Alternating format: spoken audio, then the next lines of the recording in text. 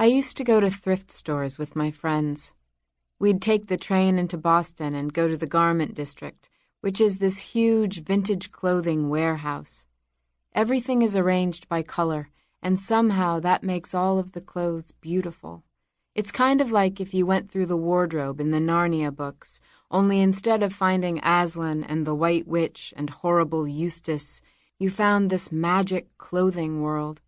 Instead of talking animals, there were feather boas and wedding dresses and bowling shoes and paisley shirts and Doc Martens and everything hung up on racks so that first you have black dresses, all together, like the world's largest indoor funeral, and then blue dresses, all the blues you can imagine, and then red dresses and so on.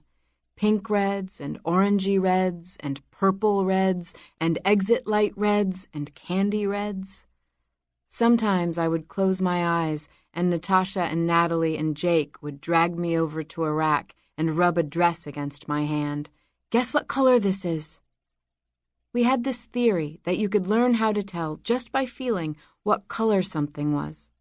For example, if you're sitting on a lawn, you can tell what color green the grass is with your eyes closed, depending on how silky rubbery it feels.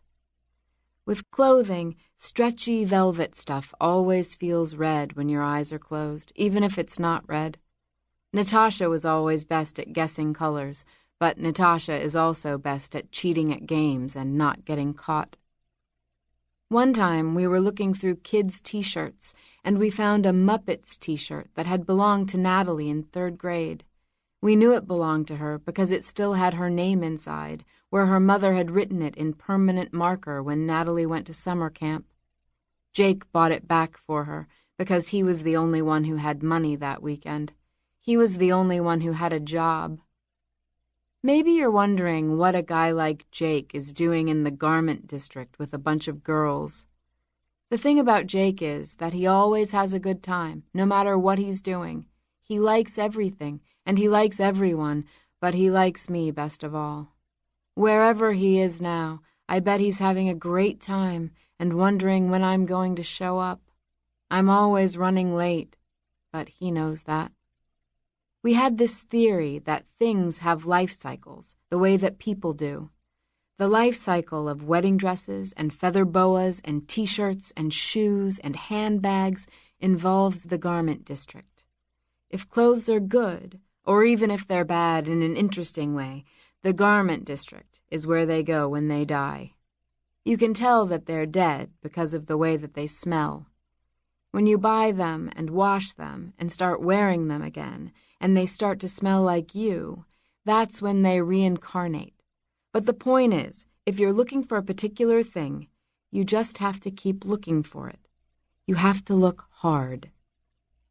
Down in the basement at the garment district, they sell clothing and beat-up suitcases and teacups by the pound. You can get 8 pounds worth of prom dresses, a slinky black dress, a poofy lavender dress, a swirly pink dress, a silvery, starry lame dress so fine you could pass it through a key ring for $8. I go there every week, hunting for Grandmother Zophia's fairy handbag. To keep listening to this audiobook, I've left you a link in the description so you can do it, at no cost thanks to Audible's 30-day free trial.